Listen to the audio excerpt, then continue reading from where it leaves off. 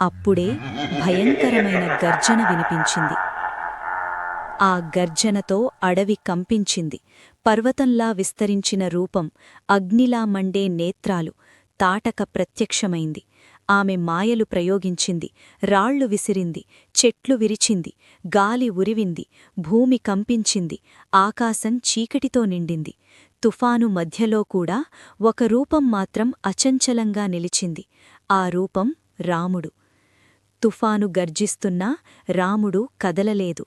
విశ్వామిత్రుని ఆశీర్వాదంతో పొందిన దివ్యాస్త్రాన్ని ఆయన సంధించాడు. ఒకే బాణం వేగంగా దూసుకెళ్ళింది. తాటక నేలకొరిగింది. అడవి నిశ్శబ్దమైంది. గాలి శాంతించింది. ఇది రాముని తొలి రాక్షస సంహారం, ధర్మరక్షణకు శ్రీకారం చుట్టిన మహాక్షణం. కాని మారీచుడు, సుబాహుడు రాముణ్ణి ఎదుర్కొంటారా? యజ్ఞరక్షణ ఎలా జరుగుతుంది? తరువాతి భాగంలో తెలుసుకుందాం. జై శ్రీరామ్.